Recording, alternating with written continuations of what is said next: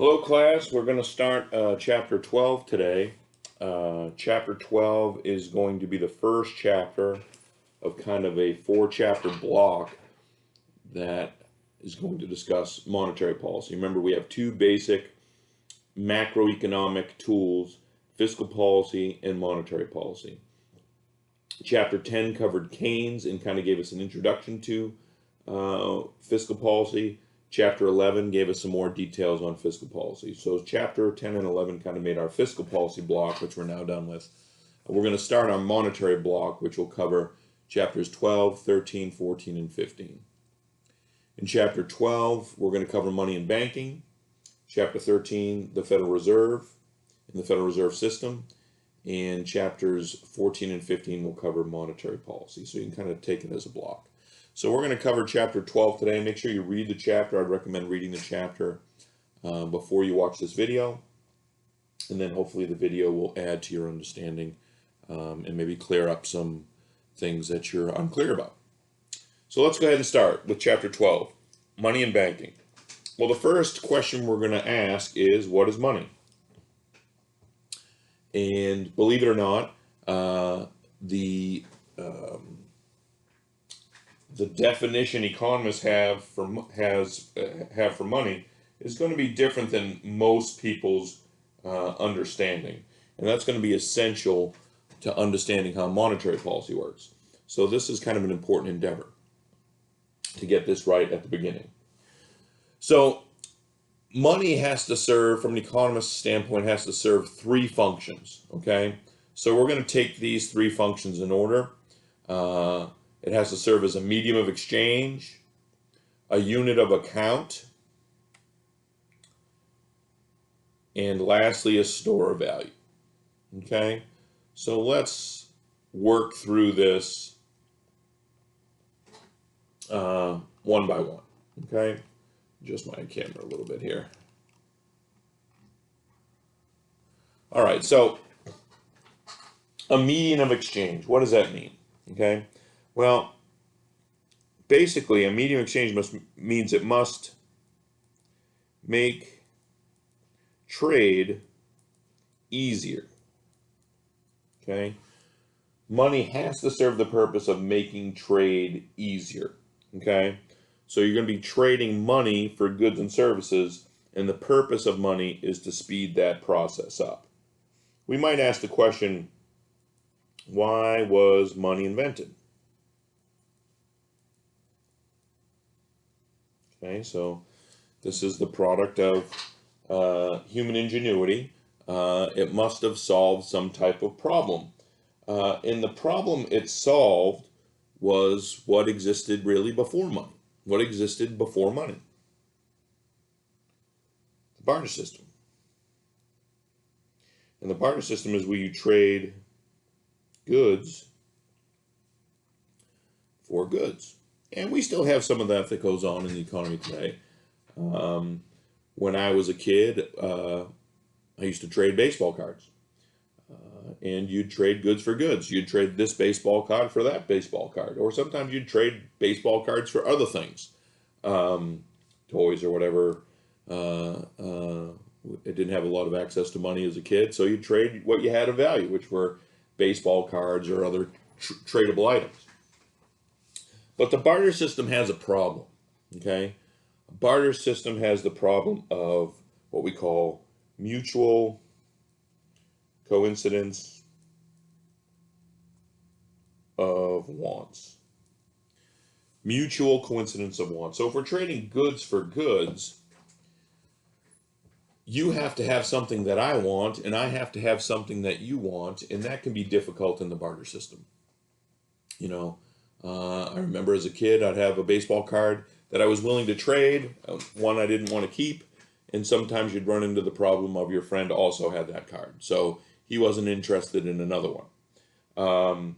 And so in an economy where, you know, I'm a farmer and I'm producing eggs, or let's say I'm producing milk, and you produce shoes, I want to trade milk for shoes, you're lactose intolerant, how am I going to get my hands on shoes? Okay, so the first thing money must do is make this process easier. And the way it does that is money is something everyone is willing to trade for. Everyone will accept money. And so you don't run into this problem of the mutual coincidence of want. Everybody's willing to have more money because they know they can turn around and trade that money for something else. So I'm a farmer, I can trade my milk for money, and I'm willing to take that all the time. And then I can turn around and trade the money for shoes, which the shoemaker is willing to take all the time. So it just makes this process easier. But by making the process easier, it helps the economy grow because it's now possible to specialize.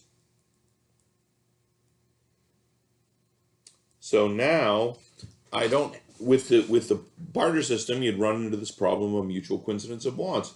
And so what people often had to do was produce the things they wanted to consume themselves. Instead of going through this hassle of always having to trade.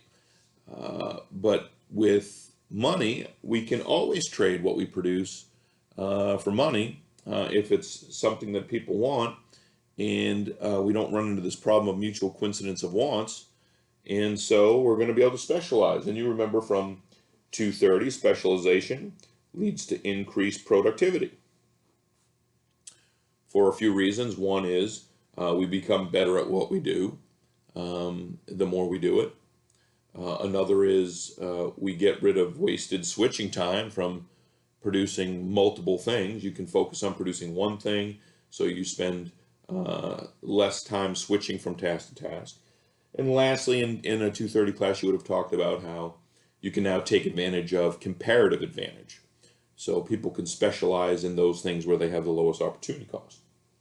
And increased production leads to an increase in standard of living. So some people would argue that money is one of the most important inventions we've ever come up with because it's led to increased standards of living. Why? Because we can now specialize, because we don't have this problem of mutual coincidence of wants. That'll increase production for the reasons we've talked about in 230, which will increase your standard of living. All right, the second function that money must serve is it must serve as a unit of account. And this just means it's an easy way to quote prices. Imagine if you were going to go to the movies in a barter system. Let's say I own the movie theater and you want to go to the movies. I'm going to have a book 3 feet thick that tells you all the different things that I'm willing to trade a seat in my movie theater for. 2 dozen eggs, a gallon of milk, watch my kids for an hour, wash my car, whatever. There'll be a whole long list of all the things I'm willing to trade for you to have a seat in my movie theater. With money, you can just quote a price. It's $10. And that $10 can be interpreted by everyone differently. $10 is, an hour of work or a half hour of work for someone else. Or, asking my parents for money or taking a loan or whatever it means. So it's an easy way. We can just put one price out there, $10. Everyone can interpret what that means in terms of sacrifice for themselves and decide whether or not to go, instead of, again, trying to overcome this problem of mutual coincidence of wants, which would have to be stated in a big, long ledger of all the things I'm willing to trade a seat at the movie theater for. In the last function of money, of the 3 functions money must serve, is a store of value. And all we mean by this is it can be easily held and exchanged later. So whatever's going to serve as our money, you have to be able to put it in your pocket and not spend it today because you didn't find anything you wanted to buy, or didn't choose to buy anything today. And you can pull it out a week later, a month later, and it's going to have the same value. Okay? You know, $1, you can put it in your pocket and get it out a month later, and it'll buy about the same amount of stuff it would have bought a month earlier. Okay? But again, dollars are not the only thing that'll serve these three functions. Again, for a large portion of human history, gold coins did this. Okay? Again, they're a medium of exchange. Everybody was willing to accept gold because it was seen as valuable. Okay? It was a unit of account. You could easily tell people how much gold was required for a trade, and it served as a store of value. You could put it in your pocket and pull it out a month later, and it would buy approximately the same amount of goods and services. Okay? Now, I might note that our currency, the US dollar, is not a perfect store of value, right? And we know inflation will deteriorate the value of that dollar. But again, week to week, month to month, those changes aren't significant. We have an annual inflation rate of about 2%. So just to use some ballpark numbers, you know, $1 in your pocket today, if you pull it out an entire year later, it's still worth 98 cents. So again, a pretty decent store of value. Okay, now let's talk about some different concepts of money that we have in economics. We're going to talk about a couple different types of money, and this is where our use of the word money is different oftentimes than the general public. Okay, we're going to talk principally about the forms of money economists refer to as M1 and M2. We also have things like M3 and MB, but they're just kind of extensions of these concepts here. So we'll talk primarily about M1 and M2 money. Okay, M1 money is basically two things. Okay, primarily two things. It's hard currency. Okay, and by hard currency we mean cash and coins. Okay, plus checking deposits.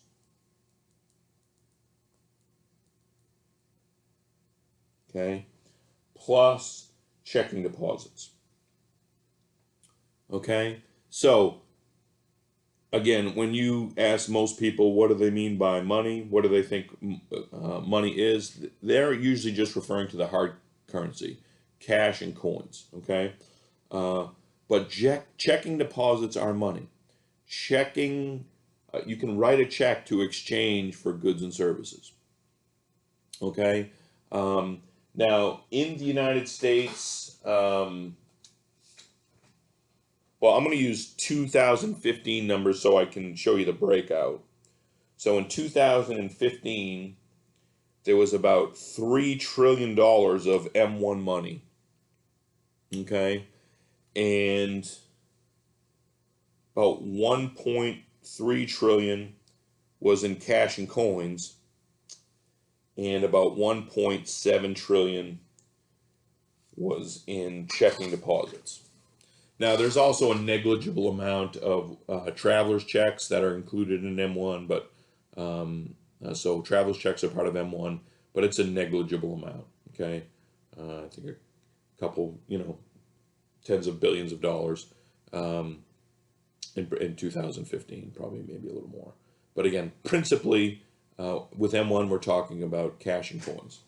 In 2020, February, these are the February numbers, there was about $4 trillion worth of M1. I don't have the breakouts, but the ratios are about the same. Okay, close to 50-50, but a little bit more in checking deposits. Okay, so checking deposits are part of our money supply. In fact, it's more than the hard currency. Okay, and I just want to talk briefly about where did checks come from. Okay, and this is going to be the very stylized Reader's Digest version. Okay, so this is a very simplified version, but basically you'll get the idea. So, you know, human beings are social creatures, and we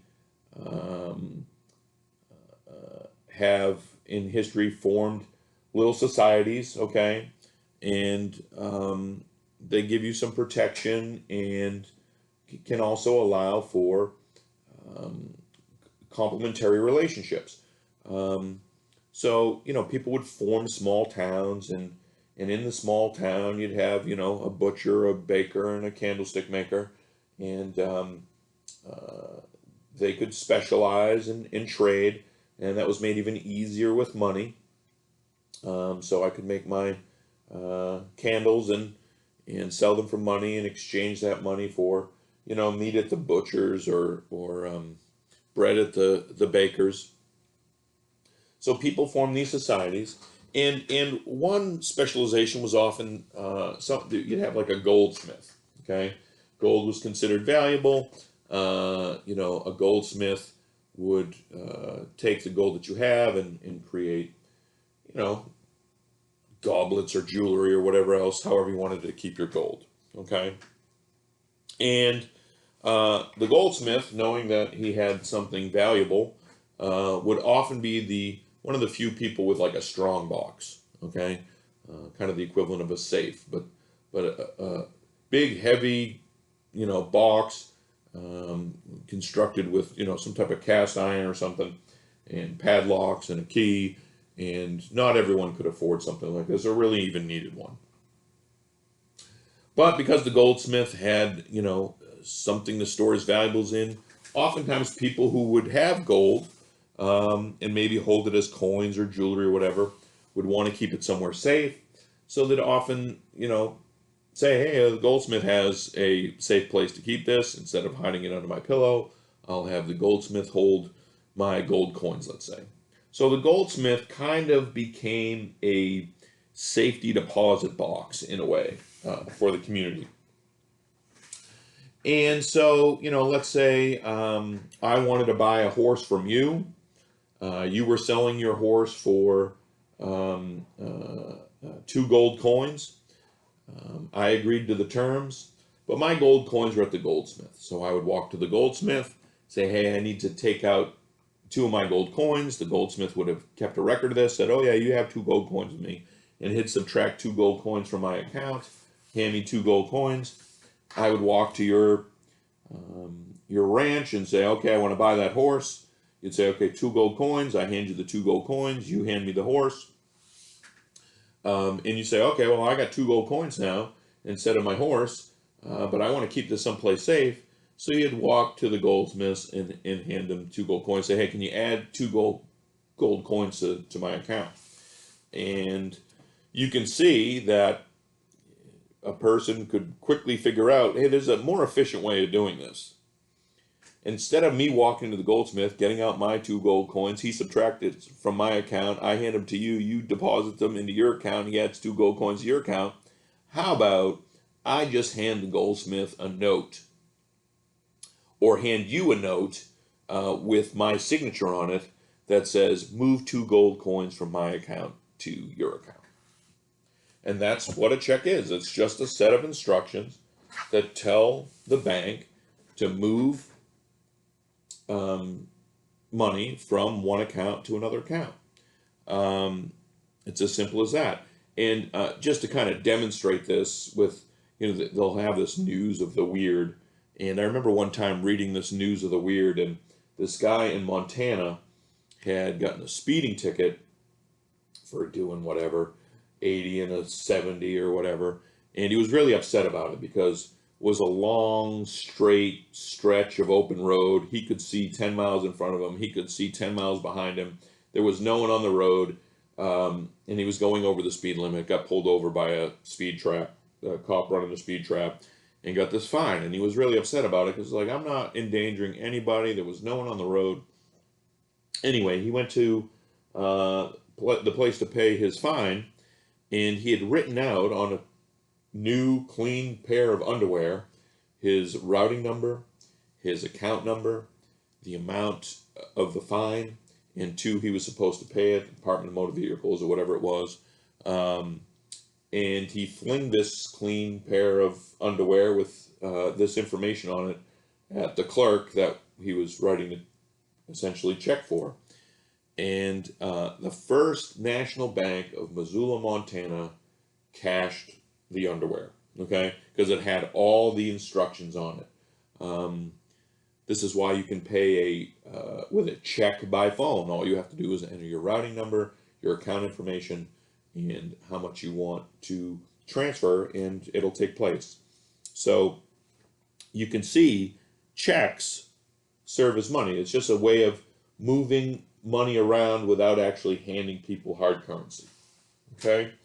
And you can see from that little story about the goldsmith that the goldsmiths basically became the banks.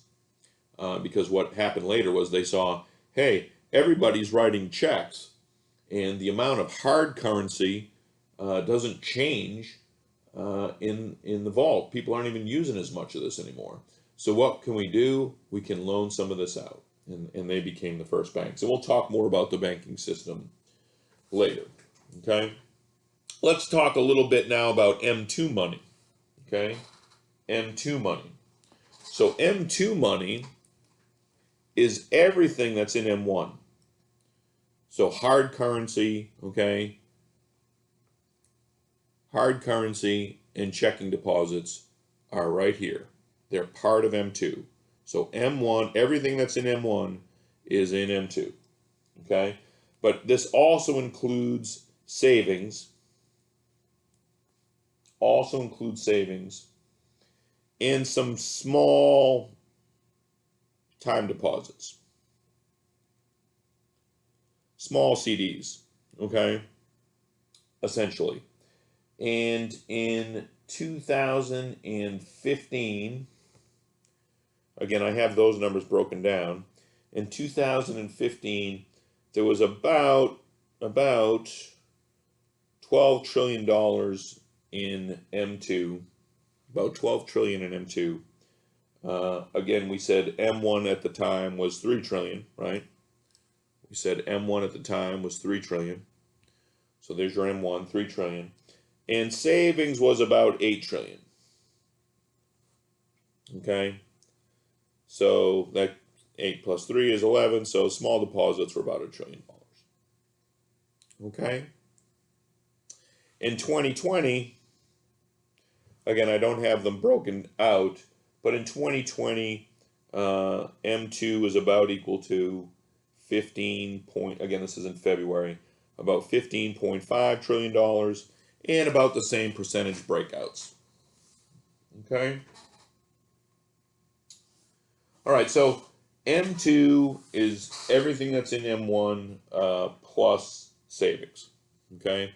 I think there's a question in your homework that says, what if you went to the bank today and you subtracted $100 from your checking account, $100 from your checking account, and deposited it in your savings account? What would happen to M1? Well, M1 would go down by 100 because you're subtracting 100 from your checking deposits. What would happen to M2? Well, some students would say, well, that'll go up by 100, but that's not correct. M2 will stay exactly the same. Why? Because you're subtracting 100 from here, right? Subtracting 100 from M1, subtracting 100 from M1, and you're adding 100 to savings. Now, there's no savings up here. This is just hard currency and checking. So we subtracted 100 here, so we lost 100 of M1, but we moved it from M1 to savings, so minus 100 here, plus 100 here. There would be no change to M2. So if I move $100 from my checking to my savings, M1 would go down by 100, M2 would remain unchanged. Now, why the difference? Okay, what's the difference between M1 and M2? Obviously, savings and time deposits, but um, economists often refer to M1 as money and M2 as near money. And the difference between the two is liquidity. Liquidity is how fast can money be changed into goods and services. Okay, so M2 is a little less liquid than M1. M2 is a little harder to change into goods and services. M1 is hard currency and checking deposits. Okay, and maybe you're using a debit card to access your checking deposits, but again, you can change M1 into milk at Kroger's very fast. Hand them your hard currency, use your debit card to subtract from your checking, and they'll hand you the milk. M2 can, if it's coming from savings, require an additional step. So to get milk from Kroger's, I can't really use my savings. What has to happen is I have to take money from my savings, move it into my checking, or take it out as cash, and then buy the milk. Now, with some accounts, I could probably set that up pretty quickly, but you're still moving the money from savings to checking or cash to transform it into money. And it's even more difficult with a CD, right? You can't buy milk with a CD. You're going to have to liquefy that CD into cash or checking and then buy the milk. And then some other measures of money like M3 are even less liquid, okay? So the principal difference between M1 money and M2 money, or money and near money, is liquidity. The most liquid form is M1. M2 is a little less liquid.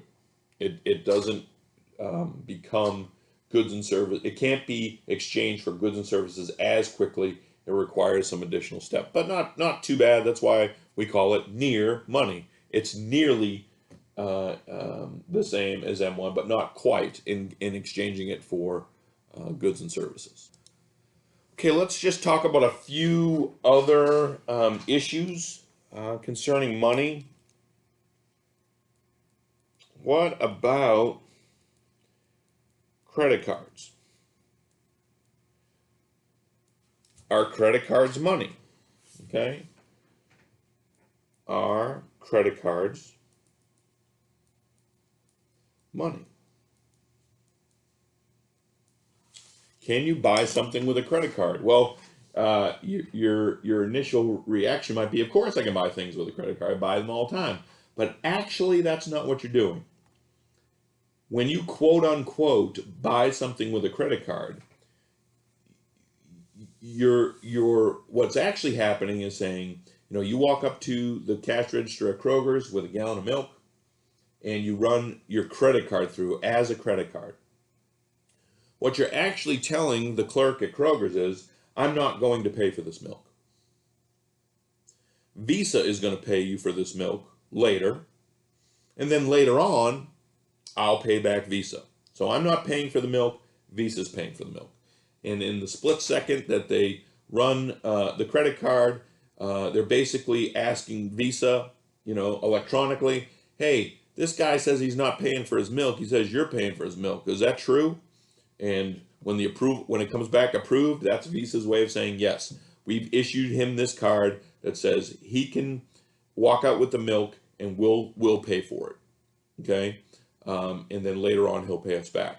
So a credit card is just that. It's a quick way of getting credit.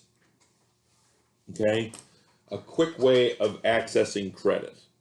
And just to get on my soapbox here for a minute, if you think about it, credit cards are a way of getting a loan, and they're a way of getting a loan really, really fast.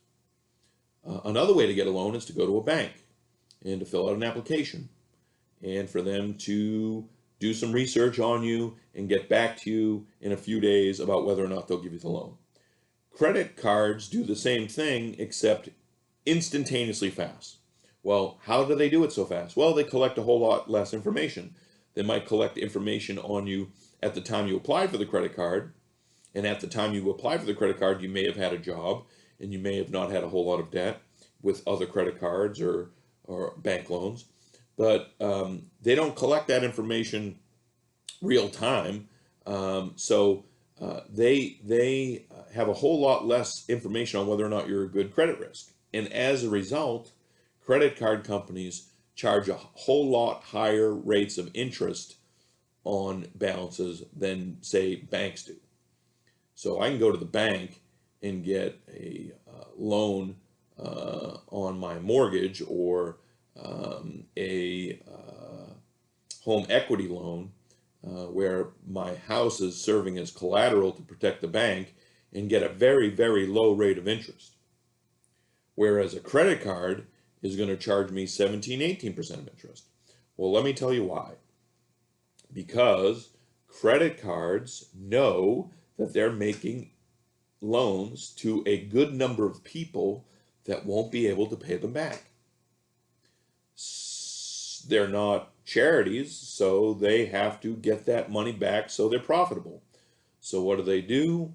They charge the people that are going to make good on their loans, that are honest and pay back their loans, a much higher rate to pay basically for their interest in borrowing the money and the interest for the schmucks that won't pay them back. So know this: when you borrow money with a credit card, you are going to pay them back, plus your interest, plus the interest they need to cover for the schmucks that won't pay them back. If you need to borrow money, the best place to go is not the credit card company. You'd be much better off going to a bank for a loan. Realize when you pay interest on a credit card, you're paying your interest and the interest of the deadbeats that can't pay them back. So, don't borrow money from credit card companies, is basically Dr. Houston's view on this. Do I have a credit card? Sure. Do I use it? All the time. But I use it in such a way that I'm never paying interest, right? If you pay your full balance at the end of each month, you're never going to pay a penny of interest to the credit card companies.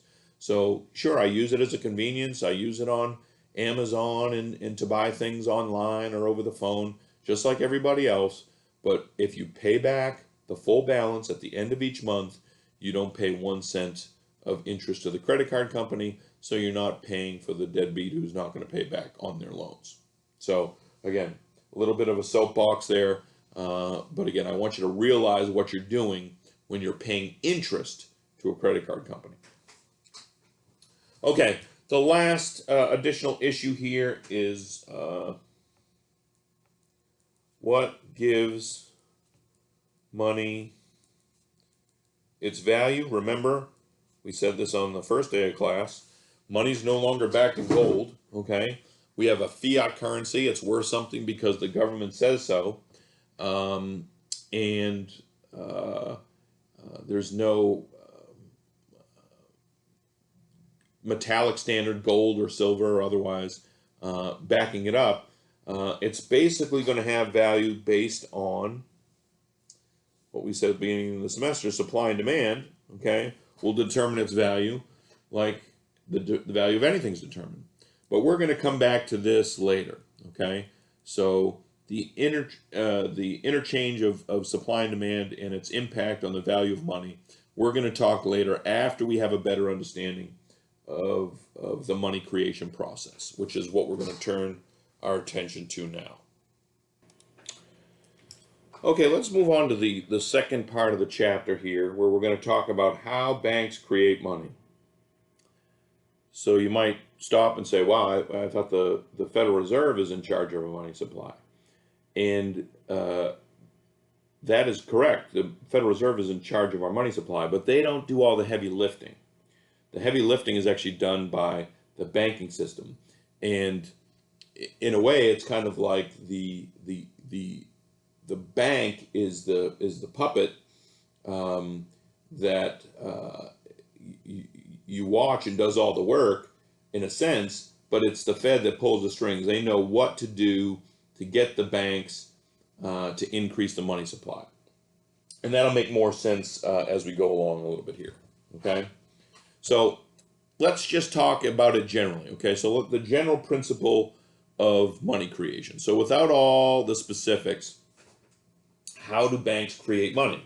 They obviously don't print money. Okay? Our banks can't print money. Only the Federal Reserve can print money. And we'll talk about that more in the next chapter. Okay? But remember, most money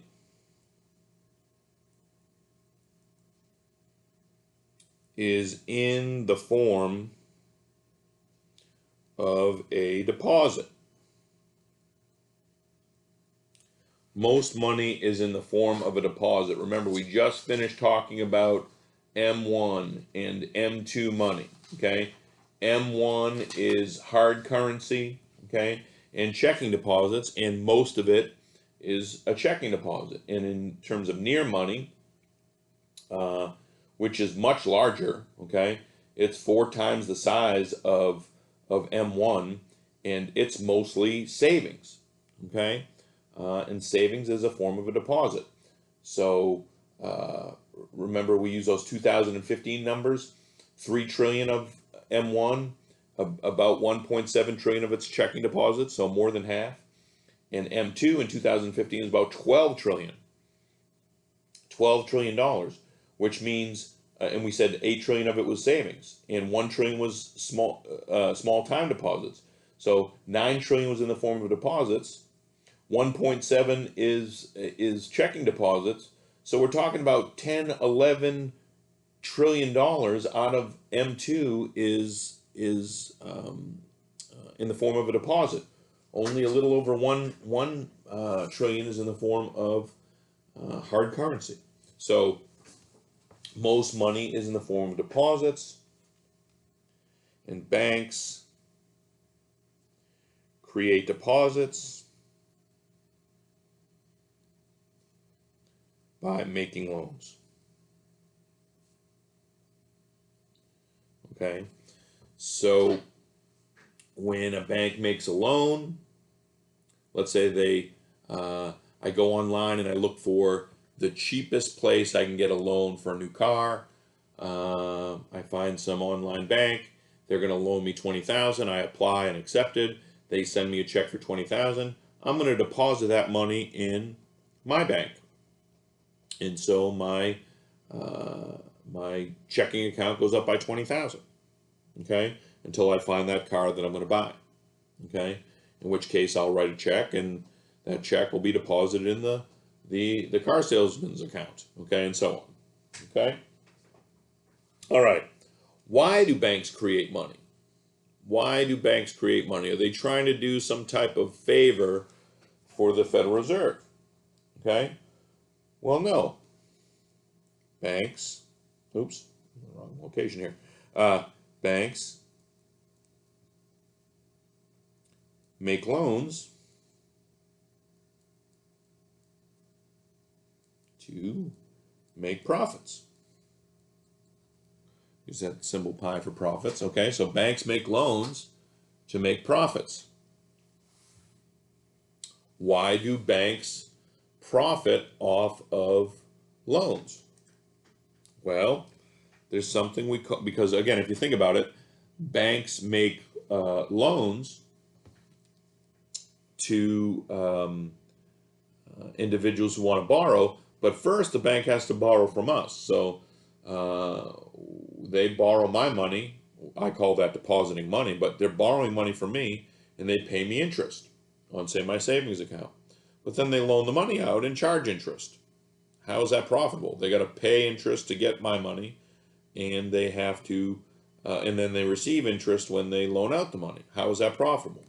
Well, it's profitable from what we call the spread on the interest rate. Okay? The spread on the interest rate. So how is that profitable? Well, banks borrow at a lower interest rate than they lend at. So they're paying me, 1% on my savings account, and they're charging 7% when they loan that money to someone who wants to borrow money for a car. So banks have this is how banks make money, by making loans. Well, remember, making loans create new deposits. And creating new deposits is the same as creating money. Okay? So banks make loans, loans create new deposits are money. Okay? Now you might say, why do we tolerate this? Right? Why don't I just... So the bank borrows my money, I give them $10,000 to put in my savings account, and they pay me 1% interest, and then they loan that $10,000 out to somebody who's going to pay them 7% interest. Why don't I just loan them the money directly? Well, obviously that's a lot more risky. Okay, so the bank is my money's a lot safer with the bank. If somebody defaults on a loan, they don't take money out of my savings account. They're just going to have to take it out of their profits. And plus I have the advantage of having it, locked up in a safe and federally insured and the like. So this is how we pay for our banks. If you think about it, banks provide a service. They provide a service to us, and we don't really pay for it per se, right? I don't pay a monthly fee to be part of the bank. How do I pay for the service that the bank provides me? I agree to allow them to lend out my money at a higher interest rate than they're paying me. Okay? Well, what limits the amount of money that banks can create? And the answer is reserves. Reserves are money that the bank is not lending out, that they hold. So the more reserves they hold, the less money is being created. The less reserves they hold, the more money is being created. And so now let's talk a little bit more about reserves. Okay? So reserves are going to be what limits the amount of money banks can create. So let's talk a little bit about reserves. What are reserves? Well, reserves are the money the bank doesn't lend out. Now, it can be held in two places. It can be held as cash in the vault, that's not being lent out, or deposits at the Fed. And every bank is required to have an account with the Fed, and the Fed requires them to hold some of their deposits or some of their money in deposit at the Federal Reserve. Okay? So this is money they can't lend out because it's in their vault, or they haven't lent out because it's in their vault. This is money they haven't lent out because it's on deposit at the Fed. Okay? Well, let's talk a little bit about reserves and ask some questions. What if the bank kept all deposits in reserve? So they didn't loan out any money. Okay? So if they kept all deposits in reserve, there'd be no loans. Okay? No loans would mean no profit. Okay? And no profit would mean no banks, at least in the form that we think of them now. Okay? They would become more like safety deposit boxes, and you'd have to pay a monthly fee to keep your money at the bank. Okay? Because there has to be something in it for them to be open. Well, what if banks held no reserves? They held nothing in reserves. Well, then you could not get your money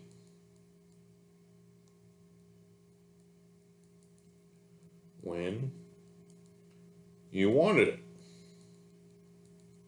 It would all be lent out. So the bank would tell you, sorry, your money is lent out, so we don't have any cash in our vault. We don't have any cash in deposit at the Fed. So you'll have to come back at a time when maybe we do. Okay? So right now we don't have any reserves. So you can't get your money. So just some more details on reserves and what reserves mean and how they can be manipulated. Okay, let's talk first about the required reserve ratio, or I'll often just abbreviate it with 3 R's. Okay, the required reserve ratio, and this is the percent of bank deposits, total bank deposits, that must be held in reserve. Okay, so the Federal Reserve sets this required reserve ratio, and all banks are required to be part of the Federal Reserve System, so they have to obey these rules. And the Fed sets the required reserve ratio, and they're telling banks the percentage of their total deposits, total bank deposits, that must be held in reserve, either as cash in the vault or deposit at the Fed. Okay? So, required reserves, which are going to be a dollar amount, the amount of dollars that your bank has to hold in the vault or on deposit at the Fed, is just going to equal the required reserve ratio, which remember is a percentage, multiplied by total deposits, which is a dollar amount. Okay? So the Fed tells your bank the percentage they have to hold. Your bank takes that percentage, multiplies it by the total deposits that they hold, and that gives them the dollar amount that they have to hold in required reserves. Okay? So let's talk a little bit about the term excess reserves. So the bank has an amount that they're holding in reserve at any given time, right? So they have their actual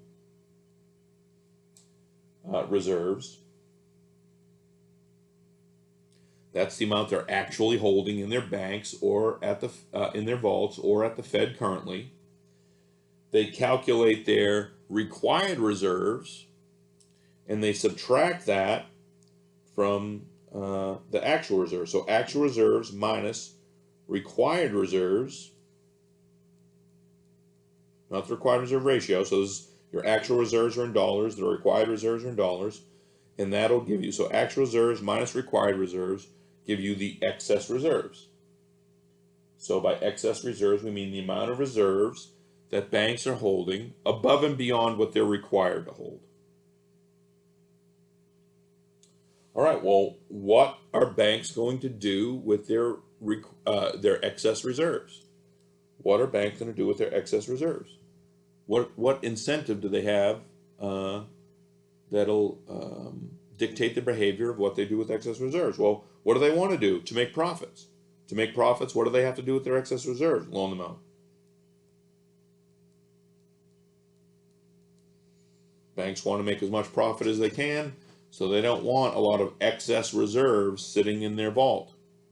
They want that money to be loaned out at interest. So what do they do with excess bank reserves? They loan them out. When they loan them out, those create new deposits. Those new deposits are new money. Okay? And we'll talk about this more in the next chapter, but one thing the Fed can do to increase the money supply is to lower the required reserve ratio. Required reserve ratio. So if they lower the required reserve ratio, that'll lower the amount of required reserves. If it lowers the amount of required reserves, we're going to subtract less from our actual reserves, so there'll be more excess reserves.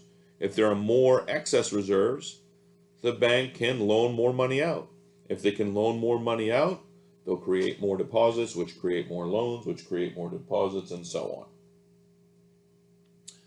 So just as a mental exercise, let's think about a situation where everybody went to the bank at the same time to withdraw their cash. Okay? So everybody went to the bank at the exact same time to withdraw their cash, like a run on the banks we've read about in history that occurred in the late 1920s, early 1930s. how much would the average person get, okay, for every $100 worth of deposits, okay? So let's just assume everybody's got $100 in the bank, and everyone ran to the bank at the same time to get their money out. What would the average person get? Now, obviously, the people at the front of the line would get all their money, all their $100, and the people at the back of the line wouldn't get any money, okay? But I'm asking, how much would you get on average for every $100 you have deposited? Now, let's think about what I'm essentially asking. I'm essentially asking what? What is the required reserve ratio? Okay? What is the required reserve ratio? So let's say everybody ran to get their money at the same time. Let's say everybody held their money in the form of a checking deposit. What would you get on average for every $100 in checking deposits? You might think of a number and write it down. So what's the required reserve ratio on checking is what I'm basically asking. And the answer is, for every $100, the average person would get about $3. In other words, the required reserve ratio on checking in recent history has been about 3%. Now, the Fed's taken some action here recently to deal with the impact on the economy from the COVID outbreak, the COVID-19 outbreak. We'll talk more about that in the next chapter. But historically, about 3% on checking. Now, what if everybody, what if we were talking about savings? Everybody ran to the bank to get their money out of savings. What would the average person get? So obviously the people at the front of the line would get all their money, the people at the back of the line wouldn't get any, but for every $100, what would the average person get? How many dollars out of that 100? So maybe write down an answer. Okay, and the answer is, for every 100,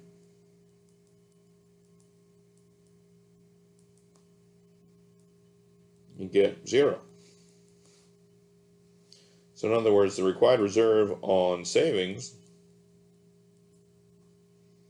about 0%. Okay, which some people find a little disheartening. Okay, a little bit makes them a little bit nervous. But again, we have found that this, at least in recent history, this has been enough to service the hard currency needs for the economy. Okay, you haven't gone to the bank and they've told you, sorry, we can't get your cash today. We don't have any cash. Okay. All right, now let's talk about the money creation process in a little bit more detail. Okay, so we're going to go through creating deposits, which again, remember, creating deposits is the same thing as creating money. We're going to talk about creating money or creating deposits in a multiple bank banking system. Okay, and I think the easiest way to do this is to work through an example. Okay, and first we'll do it the hard way, and rest assured you're never going to have to do it the hard way. I'll show you an easy way in a minute. But you need to appreciate, I might ask you to do a couple steps of the hard way, not the complete hard way. So you'll have to do the first couple steps of this example, possibly on a test or a quiz. So let's say the Fed prints $100,000 and drops it into Art's backyard. Okay, so Art wakes up one morning, goes to the backyard, and there's $100,000 there. It's been dropped by the Fed. Okay, we want to ask, how much will this increase the money supply in the entire banking system? Okay, and we're going to assume for this problem that the required reserve ratio is 25%. Okay, so let's go. We want to figure out how much the entire money supply will increase by an initial infusement of $100,000 by the Fed, which they printed and dropped in Art's backyard. Okay? Now, this is obviously unrealistic. The Fed's not going to print $100,000 and drop it in Art's backyard. Okay? But we'll make this more realistic later. We'll need an understanding of the Federal Reserve to do that, and we'll do that later. But for now, the Fed prints $100,000, drops it into Art's backyard. How much will the money supply increase by if we assume that the required reserve ratio is 25%? Okay? Well, what's going to happen at first? Ott's going to take that $100,000, okay? He wants it to be safe, so he's going to deposit it all into Ott's bank, okay? He's going to deposit all that money in his bank. We'll call that Ott's bank, okay? What's Ott's bank going to do? Ott's bank's going to hold $25,000 in reserve because they're required to by the Fed. They have to hold 25%. 25% of 100,000, 25,000. What are they going to do with the rest? The rest is excess, right? The other 75%, 75,000 is excess. They're going to loan it out. So let's say they loan out $75,000 to Bob. Let's say Bob's going to buy a new car, okay?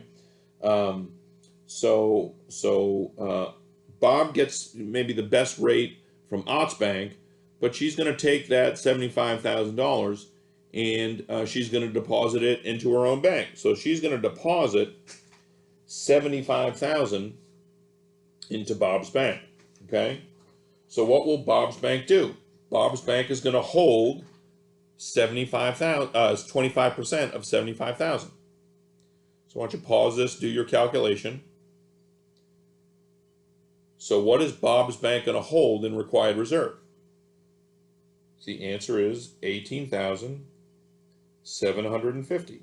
25% of 75,000. They now have some excess though, right? 75% of this will be excess and they're going to loan that out. So they're going to lend out $56,250. Let's say to Mock, okay? All right, now think about this for a second. The Fed only printed $100,000, right? But what does Art's bank say? Art's bank says he has 100,000 more than he had before, right? So the money supply went up by, deposits went up by 100,000. But wait a minute, we're not done. They lent out 75,000 to Bob and Bob put it in her bank. So when she looks at her bank book, she sees that her deposits have gone up by 75,000. So although the Fed dropped $100,000 in Ott's backyard, we see a $100,000 increase in deposit at Ott's bank, but we also see a $75,000 increase in the deposits at Bob's bank. So now we're at 175,000. But we're not done. Bob's bank's going to hold 18,750 because they're required to. The required reserve ratio is 25%, so 25% of 75,000 is 18,750. And when they're going to loan out the rest, 75% of 75,000 or 56,250. They're going to loan that to, say, Mock. Okay? Well, what's Mock going to do? Mock's going to deposit 56,250 into, say, Mock's bank. Mock's bank is going to hold some of it in reserve. How much? 25% of 56,250. So go ahead and do that calculation. Maybe hit pause. All right, what did you get? You should have gotten $14,062.50. That's what they're going to hold. What are they going to loan out? Again, maybe pause this video, calculate it yourself. They're going to loan out the excess, or the other 75%, okay, which is $42,187.50. And they're going to lend it to someone else, somebody else's name I can't pronounce, okay? And it's going to go on and on and on, okay?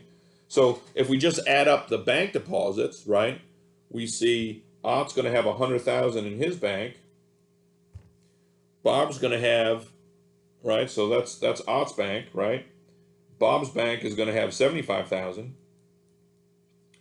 And Mock's bank is going to have, what, 56,250. And we're going to keep going on here, but if we just stop here, we now have $231,250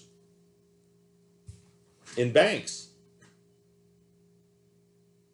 Right? And if Mock's bank loans it to, I don't know, we'll go with a name I can't pronounce. How about Jimmy, okay? So Mark's Bank loans us $42,187.50 at Jimmy. Now Jimmy's going to put it in his bank, and we're going to increase this by another $42,187.50, and so on. And we're going to keep going on and on and on and on and on ad infinitum, okay?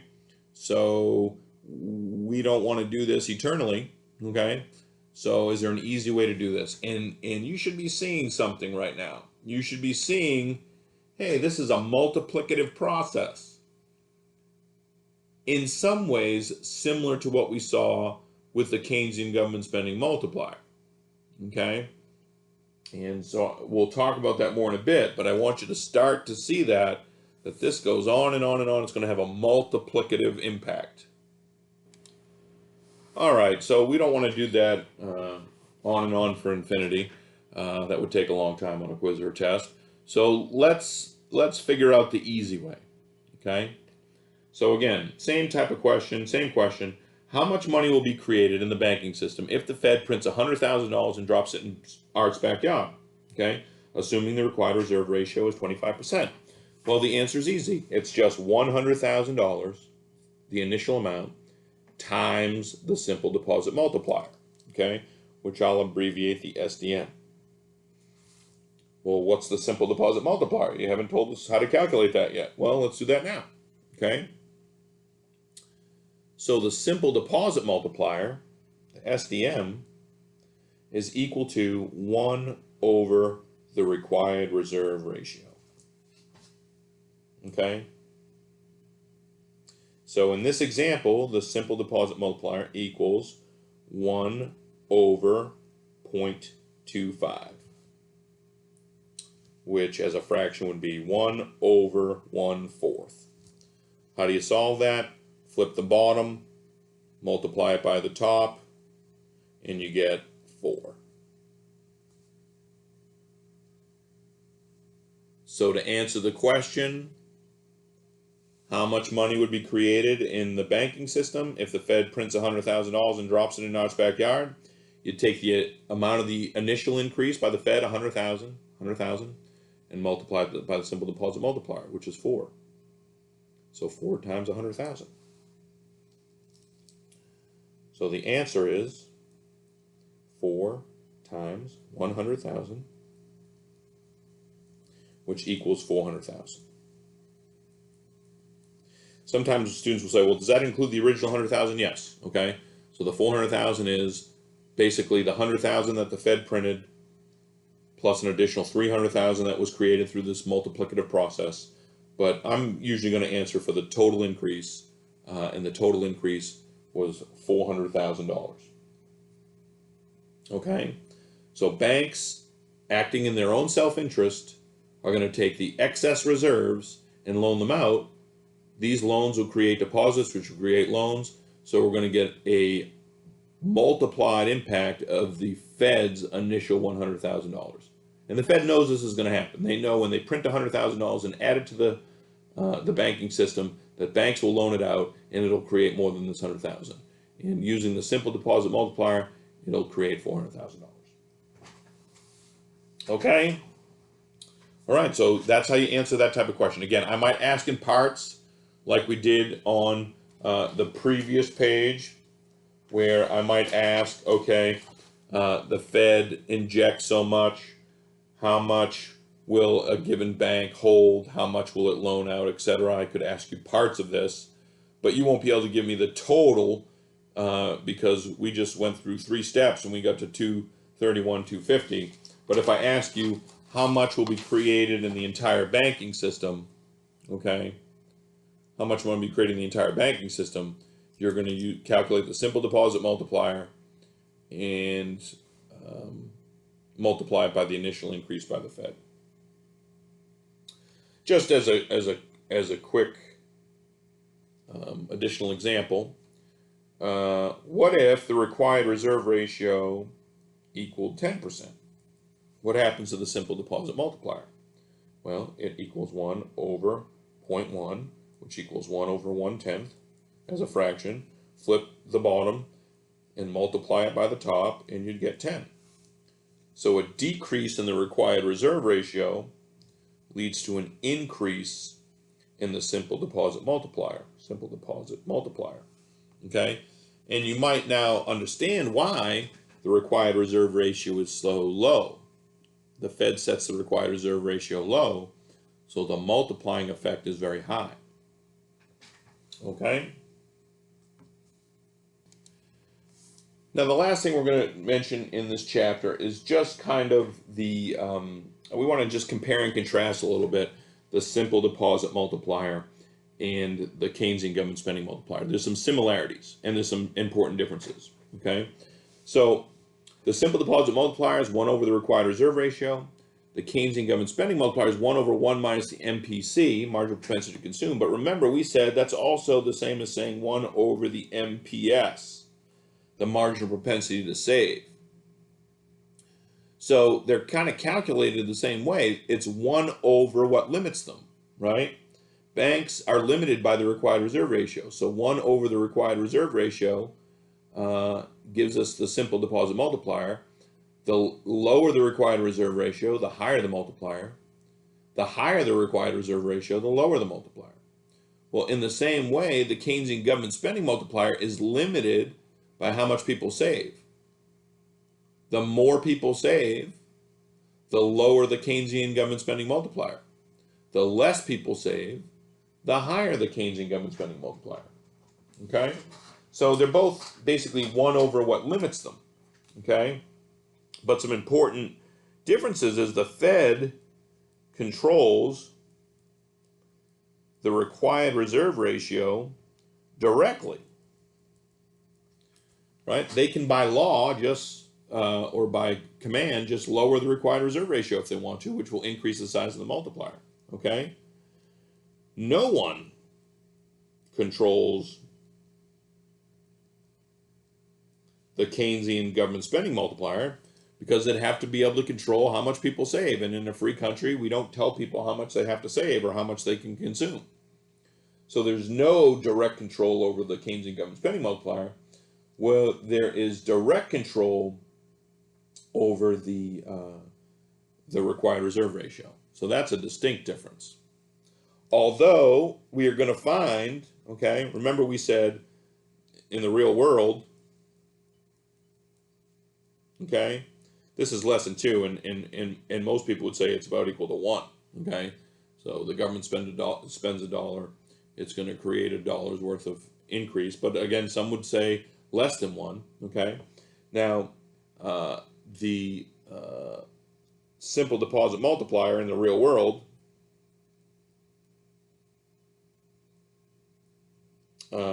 has been greater